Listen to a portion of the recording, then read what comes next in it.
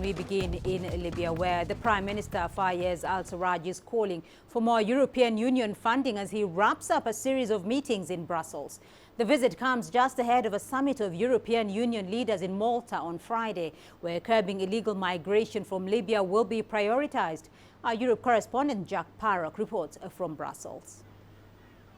Thousands of migrants from sub-Saharan Africa continue to be rescued by the Italian Coast Guard every month. They've boarded boats in Libya. It's been the focus of Libyan Prime Minister Fayez al-Sarraj's visit to Brussels. Tripoli insists it needs more support. We hope that the European Union mechanisms to help Libya will be more practical. We're not going to mention the amount of money that is dedicated to Libya for this help because they're very humble. But the EU held off pledging an exact figure of support funding. We urge all Libyans to put aside their differences so that we can engage further and enhance our relationship. The Libyan Prime Minister has in the past expressed that he believes the European Union is more concerned about the migration crisis than looking into the internal conflict in Libya. It is striking how little the Libya conflict is being covered in the media and is being discussed by the political decision makers, considering how great the impact of the crisis in Libya is on European affairs, including the migration aspect. The EU says it will help bolster the Libyan Coast Guard to tackle migration flows, and it wants to set up migrant processing centres on Libyan soil. The Libyan visit was timed to come just ahead of an EU leaders summit of 27 countries without the United Kingdom in Malta. The focus of their discussions is going to be the migration crisis, with the official warning being that the number of arrivals is set to rise once again as we enter into the spring months. Jack Parrock, CGTN, Brussels. Well, Jack's joining me now from Brussels.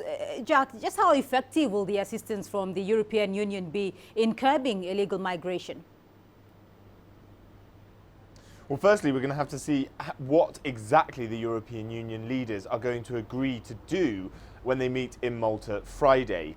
We expect them to announce some sort of migrant processing centres on Libyan soil, which would then make it easier for the European Union to decide who is going to be allowed in and who isn't going to be allowed in before these people board boats, so that the intention being that they won't board any boats. But the discussions here today have really surrounded the money of a potential deal between Libya and the European Union.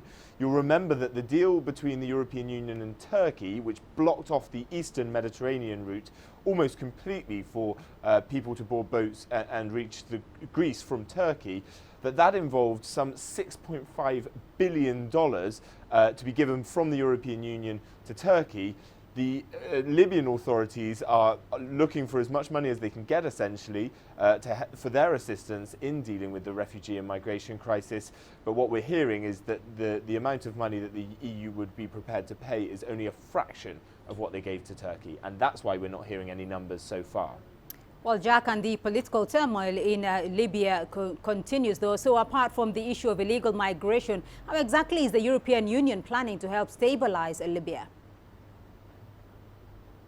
Well, we haven't really heard any announcements. There's been a lot of words of support, a lot of outward suggestions and commitments to supporting the Government of National Accord of Libya, which is obviously headed by Prime Minister al-Sarraj.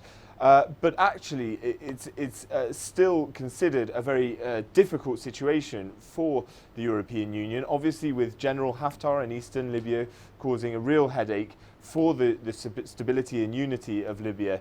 There's still a long way to go before the European Union really puts any weight of trust into the Government of National Accord. And really that's what's going to have to happen before they'll start stumping up any money. We'll hear a lot about this over the coming days ahead of the weekend as the 27 leaders of the European Union meet in Malta.